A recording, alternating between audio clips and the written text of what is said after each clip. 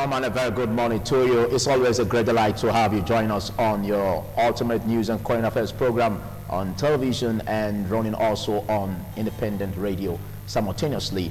Your news and current affairs program, Politics Today. As usual, you know what we do here. We really make efforts to shape thoughts, opinions that will also help to galvanize the government of the day into making it a better one. The whole essence is to deliver dividends of democracy to the people and to ensure that all of this are helping issues about resolving the issues that our democracy has been facing. And you know, as it goes, we always have distinguished personalities. We always have them to relish and discuss pertinently what we have on the ground. And today we'll be discussing on the state of the nation. Arising from that, we have the issues about the party primaries as scheduled by INEC, which is in top gear. And we'll look at that. We'll look at the ways in which there can be effective monitoring, in which a lot of challenges like a compromise on candidacy, the aspect of imposition of candidates on political parties, and all of that will be the crux of our discussion. Arising from that, we'll also be looking at the shock of the resignation of the finance minister, Kemi Adeosun, that greeted Nigerians yesterday. And another one, the sack of the DG Matthew Seyefa of DSS, that also greeted Nigerians yesterday. And that is being replaced with Bichi Maguchi. And we'll look at that on as the show progresses. And discussing this with me from my extreme left, I have Honorable Pius Alile, who is a chieftain of ADP. Many thanks for joining me. Thank you very much, my brother. It's been a long time.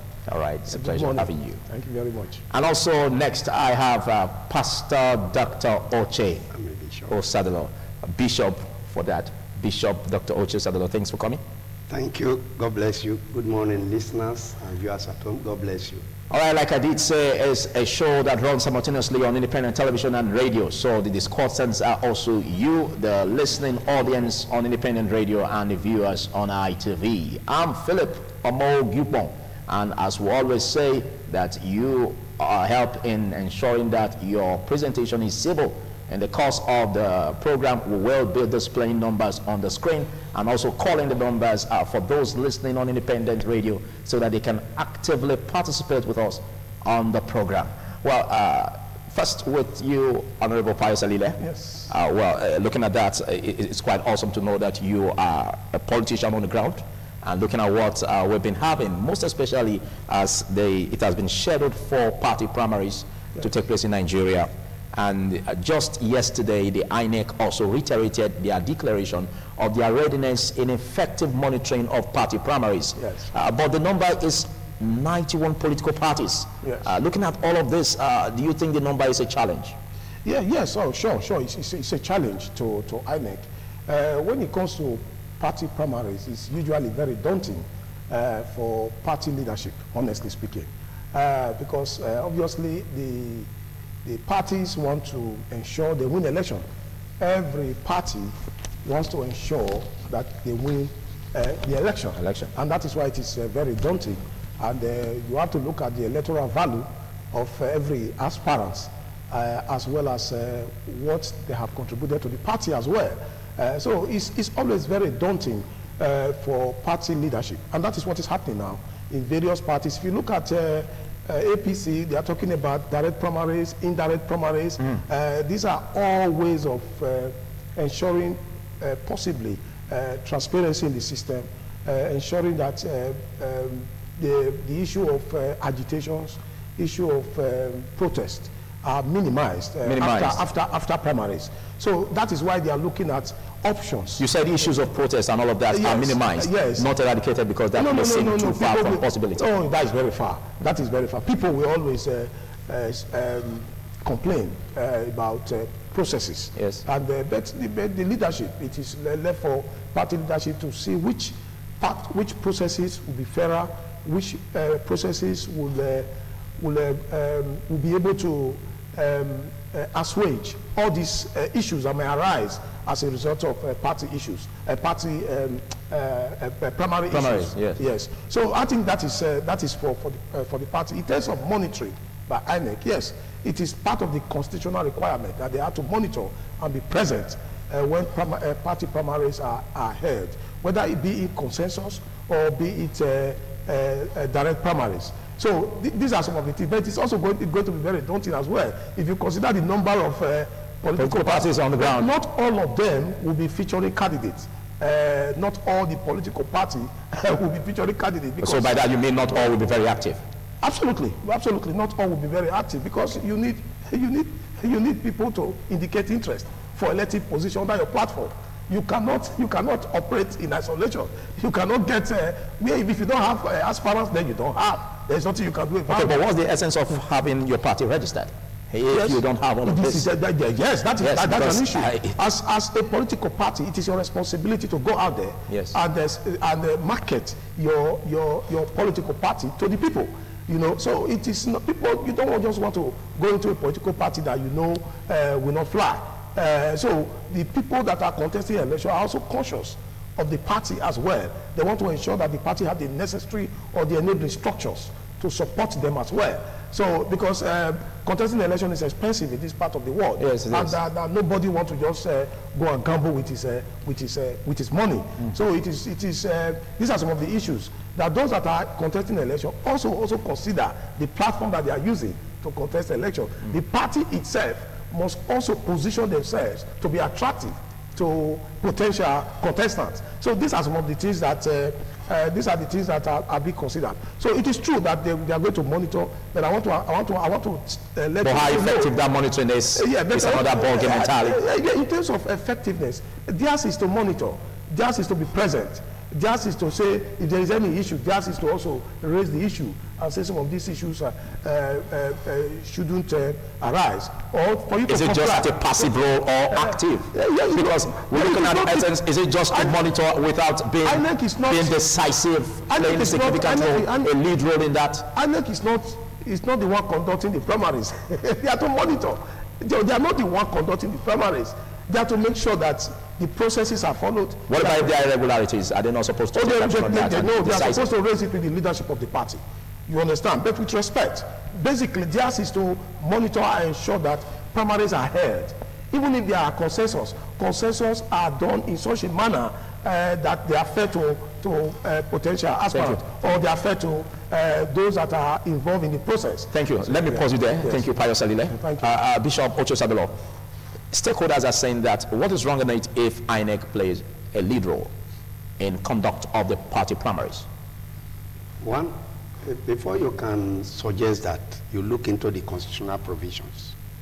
The electoral law says INEC should conduct primaries. The answer is no. That is party responsibility. That the parties will organize, fix dates, inform INEC to come and monitor. Monitor have no serious role. It's an observational role. Which is passive. Passive. Their monitor is to be able to ensure that they also follow their constitution. If their constitution have agreed that it should be direct primary, they should see themselves organizing the primary as such. If it's also consensus, they should also see that it is effective consensus, not 1, 2, 3 persons sitting down in one room, adopting a candidate and saying we have on the party members and said we have agreed. 2 persons became the we. So that is what raises issues. So I will advise the political parties, this time of our evolving political system, that they should ensure that they adhere to their party constitution. Very, very important.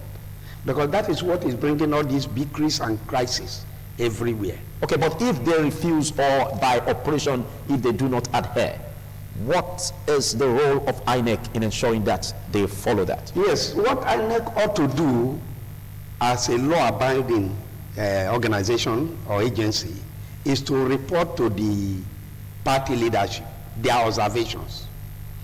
And they have that rule to say that this thing was not credible.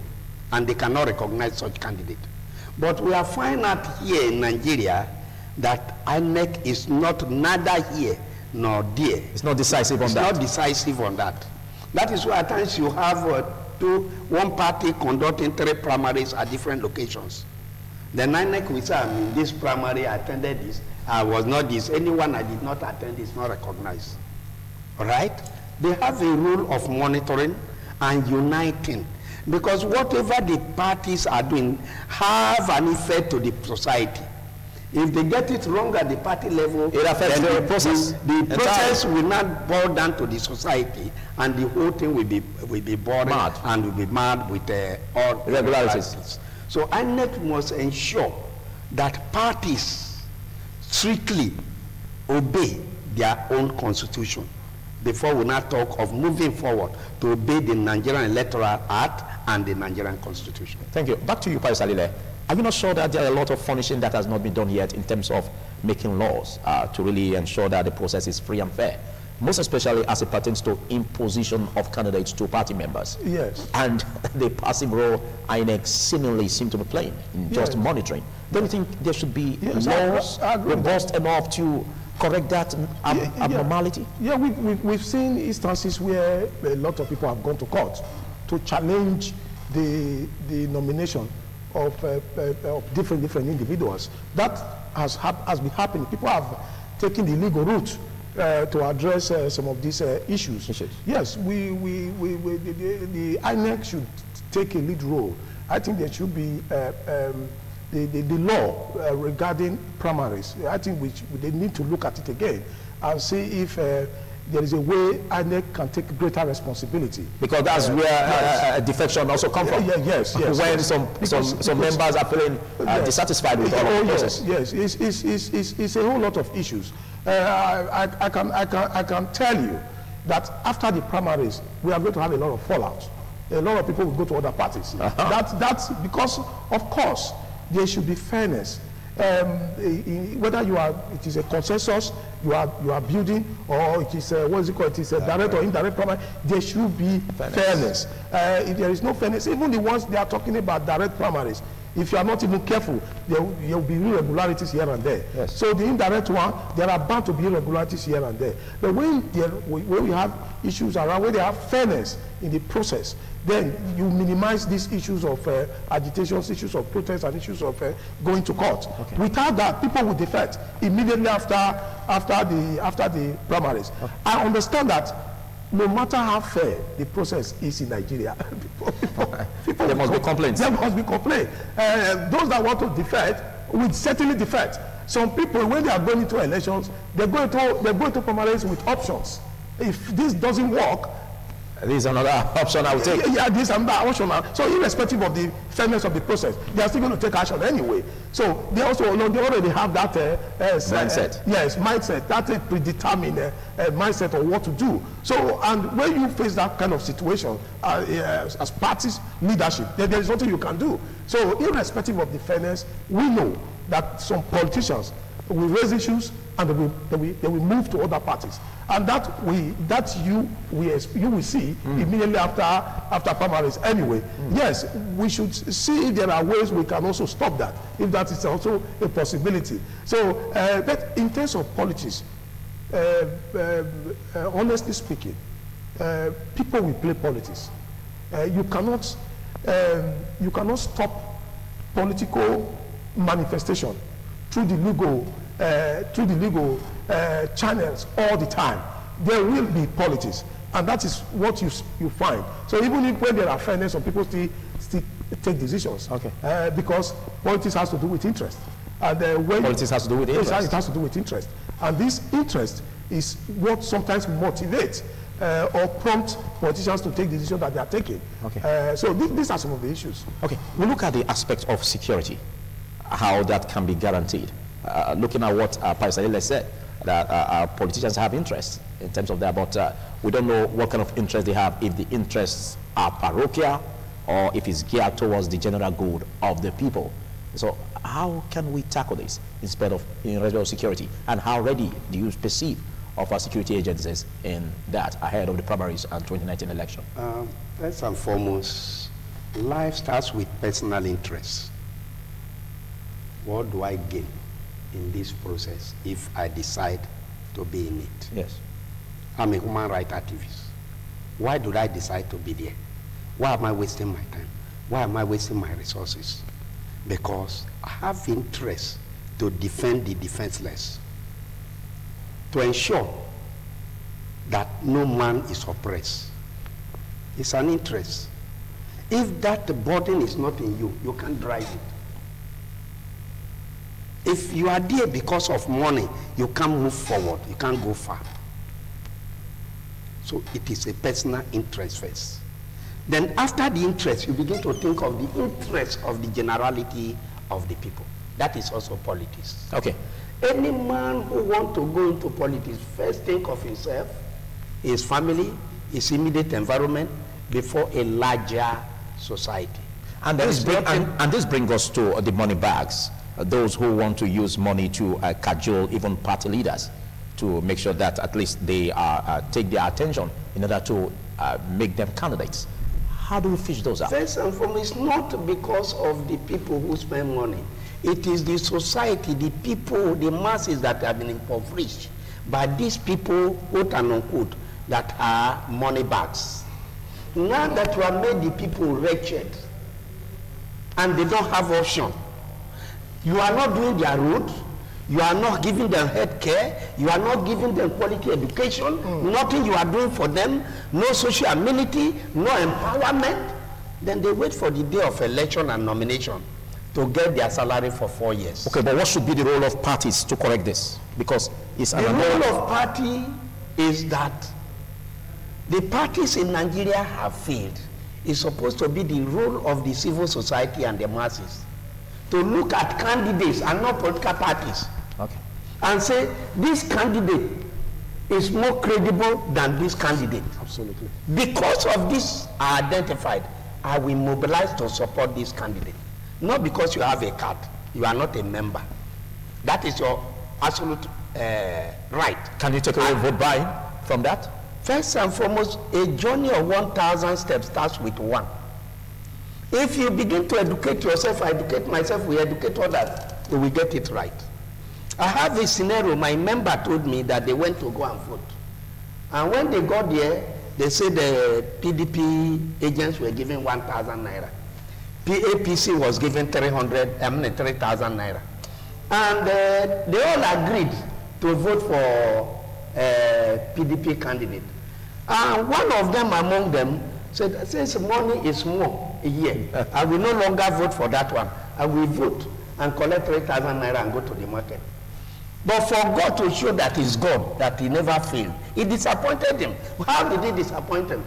After he has voted, because the scenario now is that when you vote, you show to the agent that I voted for your party and collect money. That's another thing INEC must ensure that they work on and collaborate with the civil society. Our role as civil society is not just going to be mere observatory role, just go and observe. We should be able to say, hey, I caught John while he was giving James and pursue the prosecution. And should be prosecuted according to law. If that is not done, like today, the Nigerian security agencies also engage themselves in helping the parties to share money and intimidate people. If we are brought into it, we can arrest any policeman or any security agent for assisting political party or agents to distribute money to entice people. What do you mean if human rights activists are brought into it? Are they not also into it? We are not supposed to also observe passively. Observation have nothing to do. What stops you from reporting any illegality? When you report, because there is embargo, because the Constitution did not empower you that your report must be taken. If the Constitution or the Electoral Act have given you authority that whatever you observe in the field can be accepted as true and genuine, and they can be used in prosecution, yes, we have a basis. But now the Constitution did not give us such right. We make that listen? Yes, the Constitution also says, let's say, go and observe. And in observation, don't make a statement. Then you observe that John is exchanging money with James, or one person is printing 20 ballot papers. You give a report. It dies at the table of whoever is interested to support party A or party B. Okay. In Nigeria. Okay. So for the provision of the security agencies, they should be up and doing. They should know that for a nation to survive, the people saddled with the responsibility of arresting and prosecution is the security agent. Okay. If they compromise that process, that they are not saying somebody who is doing other things or who is now doing what is wrong, and they take their face and their eye to the other side, they now become the first culprit. Okay, I quickly come back to you, Pius Alile. You have a reaction on that? Yes, it's honestly the issue of corruption around party primaries, vote buying. The only leadership that can deal with it, they are the party leadership that can deal with such issues. Look at the delegate process. It's full of fraud. It's purely a system that was put in place by party leadership to defraud potential. So the system put forward for it encourages it. It encourages it, and that is why direct primaries is entrenched in some political parties now. Action Democratic Party is purely direct primary. Okay, I'll come back to you on that. It eliminates financial inducement. All right, I'll allow you to finish on that after this break. But just in case you're just joining us, as politics today, and I've been discussing with Honorable Pius Alile, a chieftain of ADP, and of course a Bishop, Dr. Oche Osadolo, also with us, and we're looking at this. Looking at the aspect of the state of the nation, and we have 3 capsules running from this. The aspect of the party primaries, and also the aspect of the resignation of the finance minister that greeted Nigerians yesterday, and also the aspect of the sack of the DG Matthew Sayefa by the president. All of this will run in, but don't forget that we'll take a short break, and after that, it continues. Don't you go away.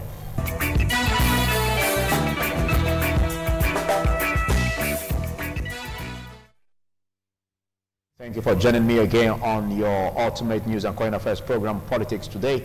And as usual, we're always on to ensure that we shape in thoughts and policies. But it's expected that anytime the number displays on screen, you call in and tell us about your comments on the topic on the ground, which is on the state of the nation, looking at the issues about the resignation of the finance minister and, of course, the sack of the DG DSS. I've been discussing with Honorable Pius Alile and Bishop Dr. Oche Osadolo. But before the break, Pius, you had the floor. Oh yes, I was talking about the party primaries and the processes. Yes. A lot of political parties now are opting out of the delegate processes, where you have few executives, and so what has been happening over the years is that process has been full of fraud, where few people just obtain money, fraudulently collect money from aspirants, and at the end of the day, they make it the highest bidder. So there was nothing like credibility, integrity, your contribution to the party or your contribution to the society. Okay. It was strictly on how much you can spend. But don't you think this runs across all the political parties? No, not necessarily at all. My party, though it's a new party, from the very beginning we entrenched it in our constitution very clearly that it has to be a direct primary. Okay. So it's purely direct primary. We don't have any option of that kind of a process at all. Okay, back to the point. Yes. So the point is that the delegate option is a fraudulent option, and I'm happy that a lot of political parties have seen that it is fraud, and they are now trying to get away with it. I'm not trying to say, look, let's do direct primaries, because it's difficult for you to influence. If it's a direct primary, it's difficult for you to, of course, it's difficult for you to give everybody money. So it reduces this issue of vote buying at that particular level. Yes, so I think that is the best way to go for any party, because we must look at the impact of party primaries on our society, because at the end of the day, these are the certain individuals that will eventually emerge as party candidates, yes, and possibly emerge as our representatives, as our elected people. So it is very important that at that level the party leadership must do their homework very well. It is very easy. I keep saying, it is very easy as a party to know which candidate is more credible than the other. Very easy. All the aspirants have been with you for some time. They've worked within the party. You know them. You've tried them. In their societies, they are known. So it is very, very easy. Even when you are having consensus, there are always a fairer process for it.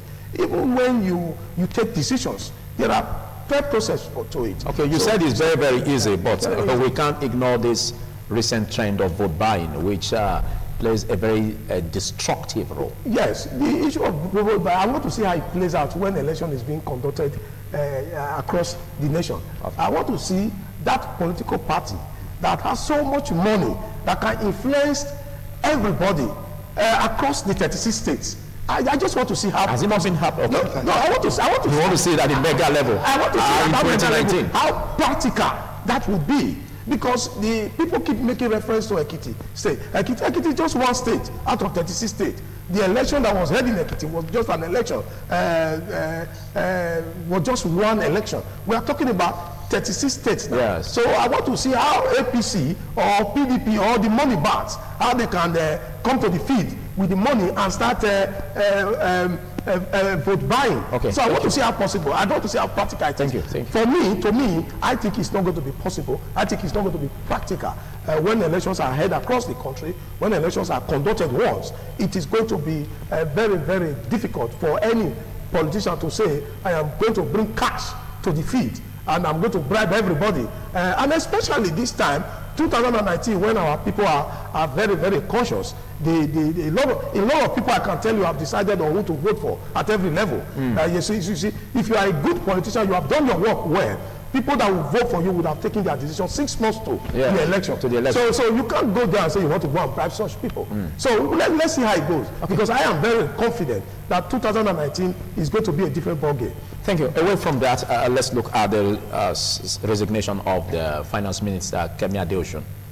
What do you make of this, Bishop Ochesadalo? Looking at the trail of allegations that have followed the discharge certificate NYSC. I think it's a welcome development. A welcome development. Very, very welcome. If we must be sincere in fighting corruption, if we must be committed in fighting corruption, in a civilized society, he should be arrested and be tried. That is the position of the law. Not just you resign. You have gone to receive salary for a position you are not qualified to hold. Well, that is still allegations. That is still allegation, because without NYSC, it has not been proven yet. Listen, without NYSC, yes, in Nigeria, you cannot be employed with your only degree. NYSC is a prerequisite requisition for your employment in Nigeria. Absolutely. So if it's part of your credential, and now you are not qualified, it's alleged now you went to forge it. And on the basis of that, you did not wait for court to prove whether it is true or not. You are merely resigning. That is not the end of it. Because by merely resigning, like you said, it shouldn't stop the investigation and the prosecution. No, it shouldn't stop. It should be ongoing. Okay. There should be an investigation. But if the president now sweep it under the carpet, it means that he's not sincere in fighting corruption at all levels. There's this impression that probably like speculations, but we won't hold on that. That it's possible that the president pressurized her to resign. Whatever means, whether in true spirit of sincerity or because of the scandal, she decided, let me save my name and my family name, is a material to us. Crime has been committed if proven. Okay. If proven, she should be prosecuted because that is a prerequisite qualification for any office you want to hold in Nigeria. Then going further to that, what embarrassed me most is now you, the president, replacing him. The position that was more or less zoned to the west.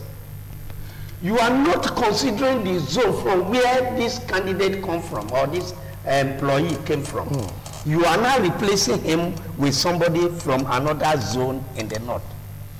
Do we still have Nigerian constitution that provides for character commission, or how the positions of Nigeria should not be lopsided?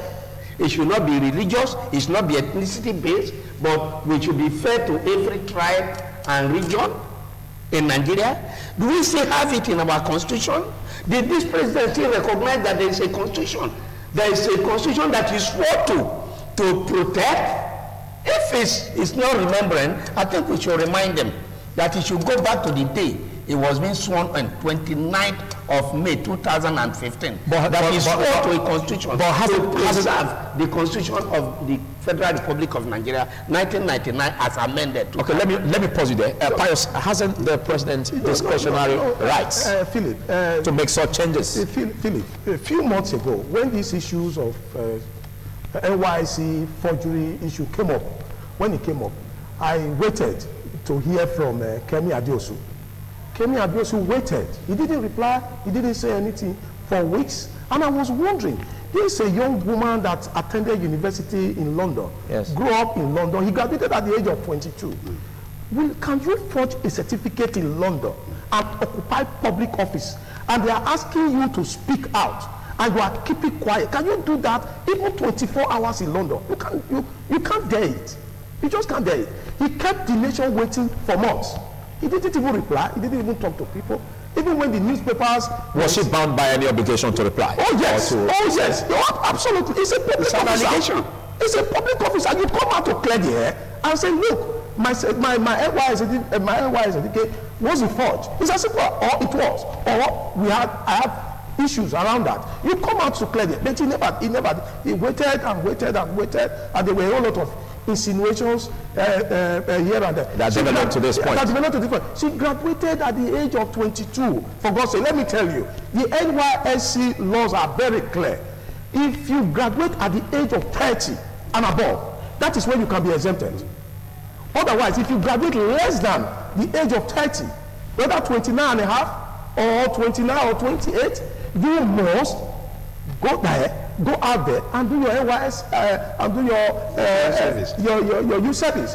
She never did. You came back to Nigeria, having graduated from London. You came back at the age of 23, 24. You are already here. You should have just taken 1 year off. Is it not possible she also embark on other studies that you may not be aware of? But even at that, you still have to do your NYS service anyway. So it doesn't really matter. Yeah, but in the process of doing that, maybe in terms of having other studies, other engagements, that is fine. And you get to the age of 30, is it not a right for you to ask for an exemption? We are talking about first degree. No. We are talking about first degree.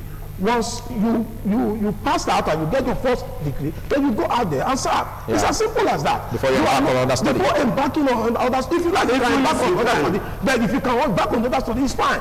But go and do your youth service. It is only when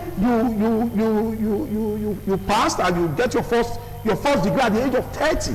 That is the only condition. Okay, and above. So as far as we are concerned, I think it's as far as I'm concerned, it's belated. The fact that he's just resigning now after about 6 months of this issue. Heated argument on this. Coming to public domain. After 6 months, he's resigning. I think it's a belated resignation. To me, it's not. I don't see it as an issue. And as far as I'm concerned, it's an indictment on the integrity of the federal government to have allowed her to remain in that office to this point. It's just another indictment. How could you have just allowed such a person to be there for so long? But don't forget, there are also allegations because the president is not supposed to act on allegations. The president is supposed to act on allegations. When there are allegations, you follow it up and see if there is substance. So you can't just wait and allow it to linger for months while this woman is still collecting salary. You understand what I'm saying now? He's still coming out to say he's the finance minister for months. Let me tell you, we must have a way of encouraging those that have obeyed the law. Do you understand what I mean? For those that have gone out there, for our grandmothers that have gone out there to serve, we must respect them. For those that are saying that, which means what the federal government is saying, it doesn't really matter. You can be there. What about those that have taking 1 year off to serve the nation? Are they fools? So these are the issues that we must look at. Those that have complied with relevant laws, have obeyed the laws, have done what they are supposed to do, we must encourage them by punishing those that have disobeyed the law. Okay. That is how a society is run. All right, you run a society. All right, the number for you to call is 052-290-573. Is on the screen, and for those listening on radio, 052-290-573. Start buzzing our lines now. Well, we didn't give you an option of two, just one. So start buzzing the line right now. Back to you, Bishop Ocho-Sadolon. This whole aspect also dwindled to a point where the president had to also sack the acting DG of the DSS, Matthew Seyefa, where he now brought in Mogachi Bichi Yusuf. Do you still fault this process, or is it a laudable development? You see, I weep for Nigeria and Nigerians. I weep for Nigeria and Nigerians. Which you are a citizen of? Because we are not ready to respect our laws. The office of Director General is a civil service office. That you go there by promotion and not merely by appointment. Buhari administration have turned the country into a lawless country by not respecting our constitution and our laws. He brought Daura, a man who had retired over 15 years and above, to come and head DSS. Today, Philip, my telephone, there are a lot of things I don't know. My grandchildren know it. Because of my age. My television at home, there are a lot of things. Even yesterday, my television was not working. I don't know where to go to. It was my grandchild that went to correct. Because of the technology of today, yes, which I did not enjoy in the 60s in your time. Now we are bringing men of analog to come and occupy position of digital today. All right, and we want Nigeria to move forward. Let me quickly pause you there. Yes, let me pause you there. I'll come back to you, Bishop. Let's have this call. We believe we have a caller right now. Please tell us your name, where you're calling from, and go straight to the point. First was Kwakwa Spirit. Thank you. Now, this is Irizani. Thank you. Your point I is don't clear. know what you have done. You said that who's free has to be held liable, and the presidency who appointed her to be held liable too. Thank you, Frederick Ogbemudia. Your point is clear. Thank you. Thank you. Like he said, it's supposed to be a document, part of our CV, and all of this was supposed to have been known all this while. So why now? So he is holding the presidency liable over that. That is true. Because in our days in the civil service, when you present a document that the office is not clear with, maybe they don't even know which level of salary to place you, we will write to Ministry of Education, Standard Division. Please advise us as per this person's qualification. And if we employ him or her, what level of salary should we give? They advise you. Oh, this ministry, please, we have doubt about this certificate. Please inform us after due investigation whether you are the issuing authority. What is wrong with all these processes? Okay, 052-290-573. I believe we have another caller before I come back to Pius. Hello, caller. Tell us your name, where you're calling from, please. All right, we'll take that call when it's ready. I'll finish with the issue of when I said I weep for my nation. Go ahead. Why I say so is that the new director... Hello, we have a caller now. Tell us your name, where you're calling from, and kickstart your comment. My name is Comrade Abbey. I'm calling from Olia. Comrade Abbey from Olia. Go ahead. The issue of finance minister concerning NYSC stuff. But for me, I would just advise her to return all the money she has collected when she was in that position. She just return it. It's a shame to the federal government that somebody that is employed and that CV was the issue as. Actually, they could have not looked at that she don't have an NYSC ticket. For me, you should return all the money. She's very not bad. Thank you. That is the truth. Okay. She went into that office with deceit. So she should return the But that has not been proven. Are we not supposed to wait? Don't worry. Before we make this comment, are we not supposed to wait for the court to preside over that? We will wait forever because nobody will speak more than what we are saying today. Except some person decides to go to court. There's the time for callers. We have your call. Tell us your name, where you're calling from. This is Lovely Duru from New Delhi. Okay, go ahead. Talk about the Adeosun. She should return all the money and it's not doing anything to this country, saying that it's fighting corruption, it's not fighting anything. Please, we should return our money from the city, from the motive she started to this point. And then Buhari should please consult the civil service for appointment. This was the express. Why should the vice president appoint and he came back and reappoint? So thank you. Please watch his back and watch what he means to this country. Thank you very much. Thank you. Okay. So the president is not going to employ again. He employed a man that retired over 6 months ago. What is the fate of the young ones? Are you saying they should not grow on the ladder of promotion? That people who are retired are the same people you are recycling? Where will my own children and grandchildren belong to in the face of Nigerian society?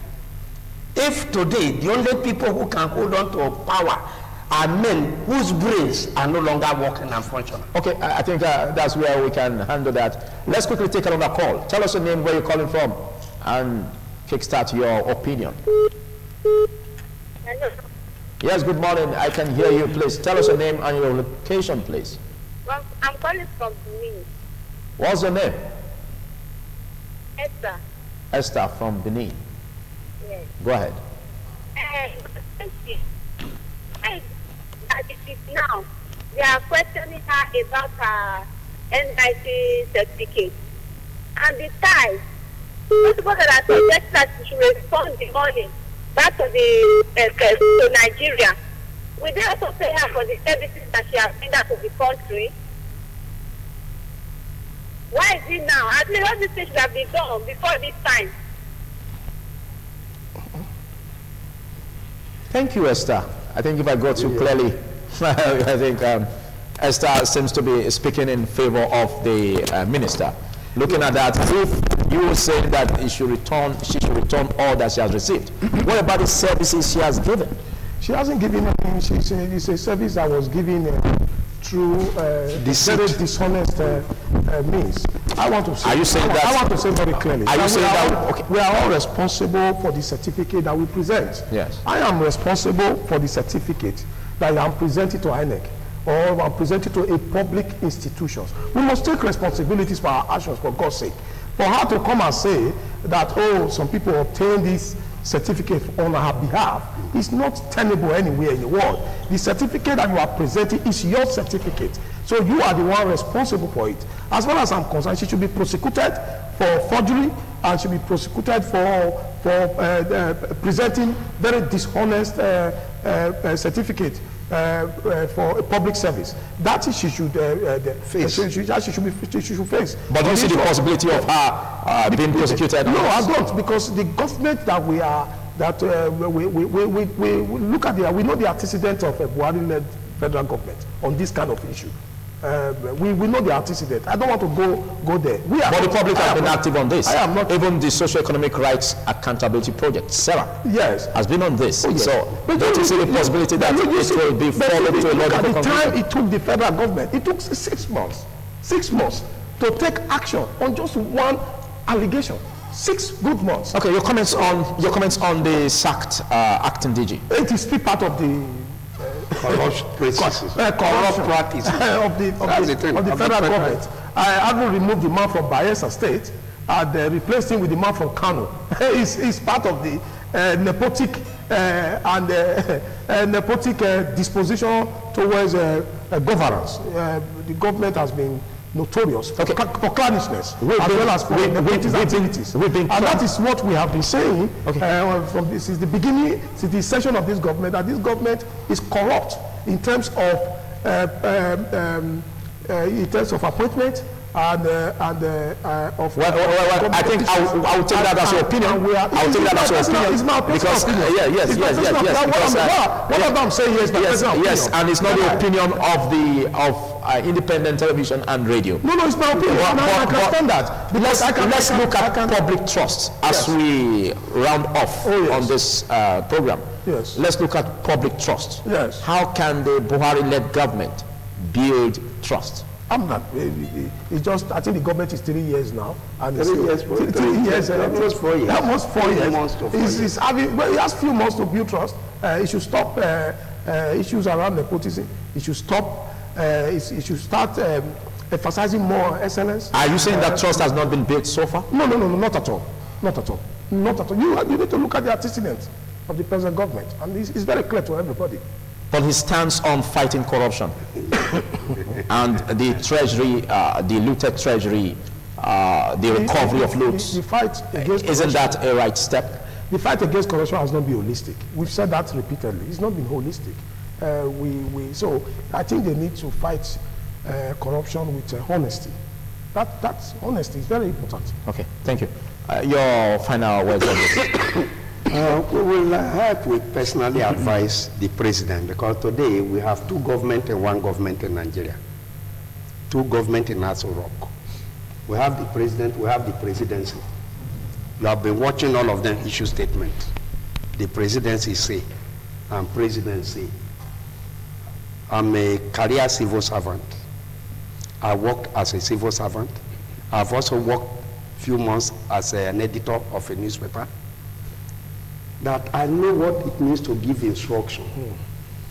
That when you give me instruction, I say I'm directed to say or to do.